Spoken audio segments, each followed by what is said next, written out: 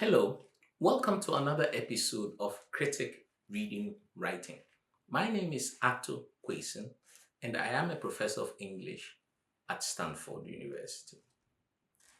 Today, I want us to take a look at Frantz Fanon's Black Skin, White Masks, and specifically at the essay titled The Fact of Blackness, in which he describes the discombobulation of the Black bodily schema under the impress of colonialism. Frantz Fanon provides us with an important dimension of what might be described as the psycho-existential complex under colonialism in Black Skin, White Masks, which was first published in English in 1952. In Black Skin, White Masks, there are two interrelated and indeed warring processes. That of the colonizer's attempt to distort all signs of personhood for the colonized Black person, and the colonized's response to these attempts. My comments will be mainly focused on the chapter titled The Fact of Blackness, where the dual processes are best encapsulated. At one point in his reflections in this essay, Fanon proffers a peculiarly fertile, self-reflexive insight that discloses something of his overall interpretative procedures. Quote, "In one sense, if I were asked for a definition of myself, I would say that I am one who waits. I investigate my surroundings. I interpret everything in terms of what I discover. I become sensitive." Close quotation. This statement is paradigmatic of some of the rhetorical maneuvers that underpin Black Skin, White Masks in general, and the essay The Fact of Blackness in particular.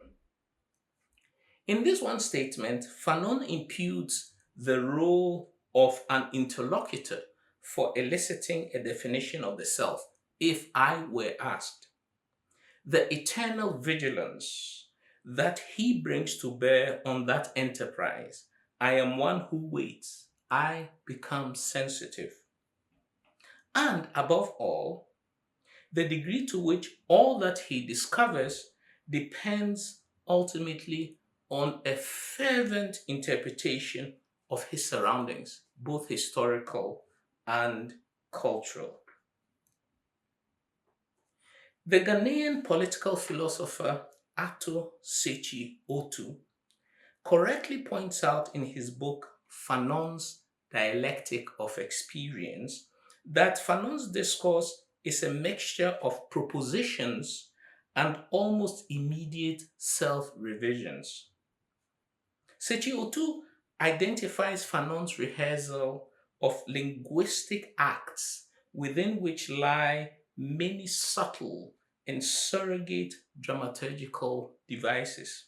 Quote, stage directions, signals of imminent plot twists and complications, markers of incipient ironies and reversals, choric commentaries, and points of strategic complicity or critical difference between protagonal utterance and authorial stance. Close quotation. These are in contrast to what we see in Aristotle's Poetics, where the tragic action is always implicitly taking place on a stage. And it is the spectators that have the leisure of pity, fear, and catharsis. Also important as a contrast to Fanon is what we described in the episode on Aristotle's Nicomachean Ethics on the question of eudaimonia, which is translated variously into English as good life, living well, and flourishing. As you will recall, in the Ethics, Aristotle establishes two central principles behind the concept of eudaimonia. One is the cardinal principle of virtue, which Aristotle argues has to be active rather than passive. That is to say, just as a guitar player becomes better by playing the guitar, the just man becomes more just by continually performing acts of justice. But a further implication of Aristotle's account of eudaimonia in the Nicomachean Ethics is that virtue has to be exercised within appropriate spheres of action. Thus, the just man justices while the soldier is courageous. And it is the exercise of the relevant virtues within the prescribed spheres of action through which they achieve eudaimonia. Of course, he's drawing on a particular version of personhood, which is different from how we understand it because there's a monist emphasis on the virtues. That is to say, the soldier expresses just one virtue and the just man expresses just one virtue. We would qualify that by saying that there are multiple virtues that each person is likely to express, definitely in the course of a lifetime. The second aspect of Aristotle's discussion that allows us to distinguish him from Fanon is that he also suggests that for a person to live well, he or she requires material accoutrements for the good life. For Aristotle, the good life depends on worldly goods.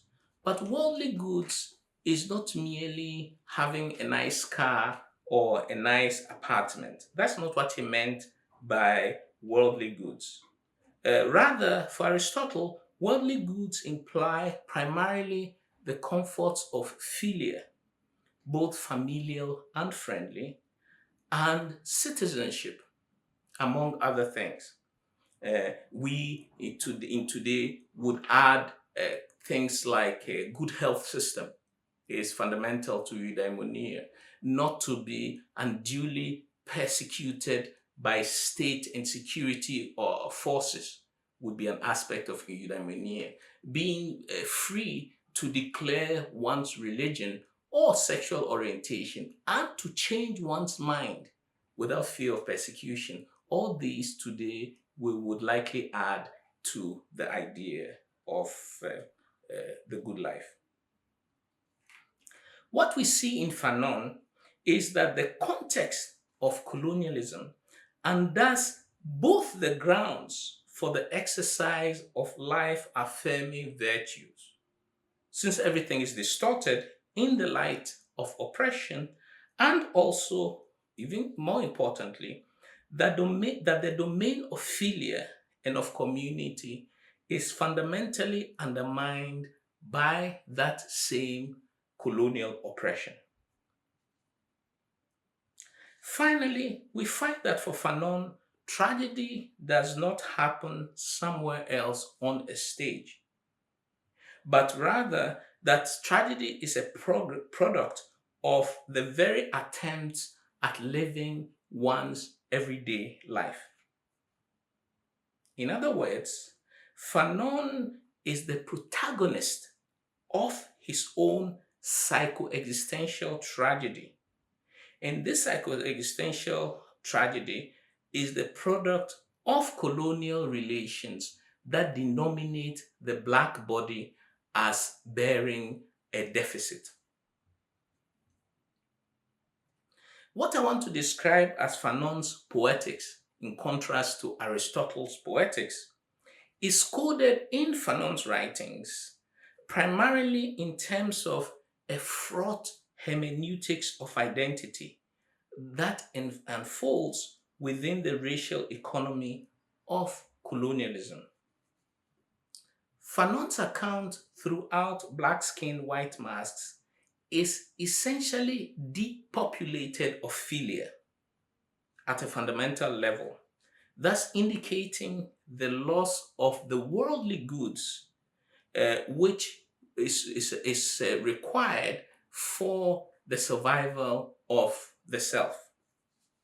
What is conveyed in essays such as The Fact of Blackness is Fanon's sense of being surrounded by a proliferation of skeptical interlocutors, all of whom pose searing questions to his racial identity. Fanon typically stages his argument along three overlapping discursive axes. First is in the description of an anecdote or a cluster of anecdotes related to a personal experience. Second is in the report of something overheard or told to him in a social encounter. And third, and most elusive, is his responses to something written on the condition of the Black man. This third category of responses he considers to be social acts on a par with things overheard or said to him directly. In other words, what he reads about the condition of the Black man, he considers to be social acts on a par with what we would describe as microaggression. So he's reading it and he feels he's being attacked by variant forms of microaggression. Fanon's responses in all three instances are expressed via a panoply of devices that Sechi Otu described for us. But their dramatic nature also resides in the unfailing reiteration of two additional conceptual maneuvers. Fanon portrays every encounter as the simultaneous coalescence of experience and exegesis. That is to say, every experience is at one and the same time interpretative. He interprets and shows himself interpreting even as he experiences. So interpretation and experience are never separated. There's no time lag. A prime example of what we come to see as a kind of interpretative delirium in Fanon occurs in the episode where Fanon is pointed at by a frightened child whilst he is walking through a park. The child points at him and exclaims, "Look, Mama, a Negro." And this is what we then see. "Look, a Negro." The circle was drawing a bit tighter. I made no secret of my amusement. "Mama, see the Negro. I am frightened." Frightened. Now they were beginning to be afraid of me. I made up my mind to laugh myself to tears, but laughter had become impossible. I could no longer laugh because I already knew that there were legends, stories, histories, and above all, historicity, which I had learned from Jaspers. Then, assailed at all points, the corporeal schema crumbled, its place taken by a racial epidermal schema. In the train, it was no longer a question of being aware of my body in the third person, but in a triple person. In the train, I was given not one, but two three places. I had already stopped being amused. It was not that I was finding febrile coordinates in the world. I existed triply. I occupied space. I moved toward the other, and the evanescent other, hostile but not opaque, transparent, not there, disappeared. Nausea. My body was given back to me, sprawled out, distorted, recolored, clad in mourning in that white winter day. The Negro is an animal. The Negro is bad. The Negro is mean. The Negro is ugly. Look, a Negro. It's cold. The Negro is shivering. The Negro is shivering because he is cold. The little boy is trembling because he's afraid of the Negro. The Negro is shivering with cold, that cold that goes through your bones. The handsome little boy is trembling because he thinks that the Negro is quivering with rage. The little white boy throws himself into his mother's arms. Mama, the Negro is going to eat me up. All around me, the white man. Above the sky, tears at its navel. The earth wraps under my feet, and there is a white song, a white song. All this whiteness that burns me. I should note before I comment on this is that frequently when I use the word Negro, it is in place of the N word. Yeah, because Fanon is very blatant about using the N word. I've just replaced it not to offend the sensibility. So anytime I say Negro, replace it with the N word. The specific context of this unheimlich or unhomely moment is Fanon's extended discussion of the degree to which the Black man is located within a set of social relations in which he is always already known in the negative. This is because his identity is structured from the gaze of whiteness that shapes the Black man's identity through the reiteration of negative stereotypes. So he says the Black man is ugly, the Negro is wicked, and so on and so forth. The episode in the park acts as a concentration, a mise en abîme, a dramatic fragment within which is mirrored the entire structure of denominations, which he is at pains to explore within black skin, white masks. In it, we see several defining features of Fanon's poetics. The sudden and uncomfortable experience of being gazed at is expressed from the context of an ordinary everyday encounter, a walk in the park. Fanon is suddenly made self-conscious of his identity as a bogeyman, but he is also immediately conscious that the kid is refracting a larger set of stereotypes. It is this that gives Fanon the uncontrollable impulse of nervous laughter, which he barely manages to suppress. It has to be noted that the child's gesture, look, mama, a Negro, is an interpellation or a hailing, not because the child is fully conscious of the law of the colonial gaze, but because the gesture gathers its force from the structure of an enunciative possibility.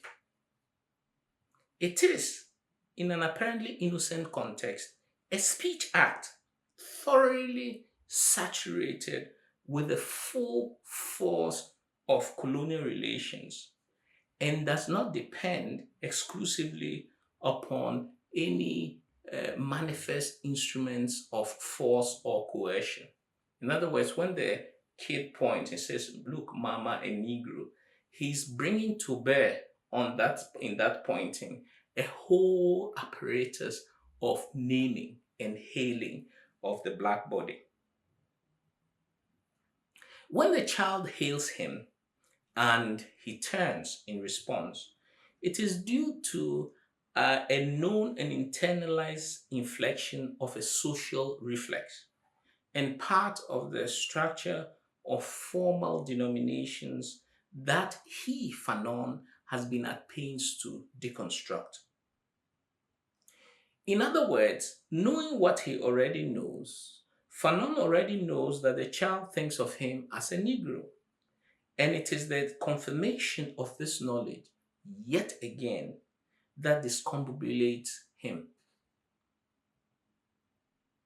Fanon oscillates rapidly in his mind between this particular experience of being interpellated as a bogeyman and a different experience on the train, where even though there is no specific person pointing at him, he feels himself being placed within the racial drama of stereotypes. This oscillation from an immediate and dramatically realized everyday experience to another one of equal import, but which he deliberately leaves vague and inchoate, is also part of Fanon's exegetical procedure. The effect of the oscillation is to situate each individual instance of experience as part of a larger drama that demarcates all aspects as interacting to produce the same effect, irrespective of the different dramatis personae within each encounter. In this conflation of experience and exegesis is also the appearance of terror, in a way almost homologous to a sense of guilt for being interpolated or hailed, as we find in Louis Althusser's account of interpolation.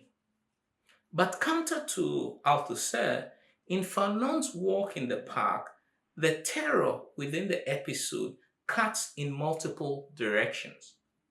Fanon is as terrified as the child, almost as if he harbors a morbid dread of indeed fulfilling the child's worst fears. Both Fanon and the child shiver, but Fanon with cold and isolation, and the child with fear. But even though on the surface their bodily reactions to the encounter appear the same, they are both shivering, they are products of entirely different experiential mandates. For the child is hailing him while Fanon is experiencing the interpolation. Furthermore, the child misinterprets Fanon, the Negro, as perhaps shivering with rage rather than with terror, so that there's an extra layer of confusion imposed upon Fanon's visceral response to this sight of interpolation. The multifarious locations of terror in the episode then serve to illustrate what Fanon has already told us elsewhere about being tripled on the train. The entire passage on the park moves seamlessly between third and first person standpoints, such that the Negro seems at one point to be Fanon himself, but at another to stand for the generality of all Black people. This may be attributed to the existential representativeness of the colonized self, one which for Fanon, as we noticed earlier, is the experience not in a distantiated way, as if at the theater, but as an intensified vector of the personal and the everyday. In this way, Fanon is split between the singular and the collective in the very immediacy of his everyday experiences. There's one final detail we must attend to before moving away from this fertile passage. The affect of terror that we have just noted in its turn merges into the incredibly powerful image of dismemberment. Note here that Fanon says his body was given back to him, but altered beyond recognition. This restoration is done under the auspices of a white winter day. Elsewhere, he refers to the blue sky. When Fanon invokes the trope of dismemberment, he's immediately importing into this everyday encounter the idea of a pharmakos, or a ritual sacrificial carrier that we find in Greek and other tragedies. The effect of this is to elevate the character of Fanon into the status of a tragic protagonist, heroically wading through stereotypes that seek to discombobulate his body. And these are produced within the existential drama of a racialized discourse. We see here hints of tragic representativeness, and thus of a form of iconic absoluteness, as if what Fanon is describing has significance well beyond the immediate everyday encounter. Later on, in the course of his reflections on the means of countering the negative stereotypes of blackness, Fanon decides to experimentally immerse himself within the positive images of negritude. These images celebrate the organic relationship between bodily rhythm and the natural environment, and the opposition between African organicism and the implied emotional emptiness of an overachieving but essentially sterile West. Now, how might we apply Fanon to Othello, whom, of course, we discussed in the episode last week?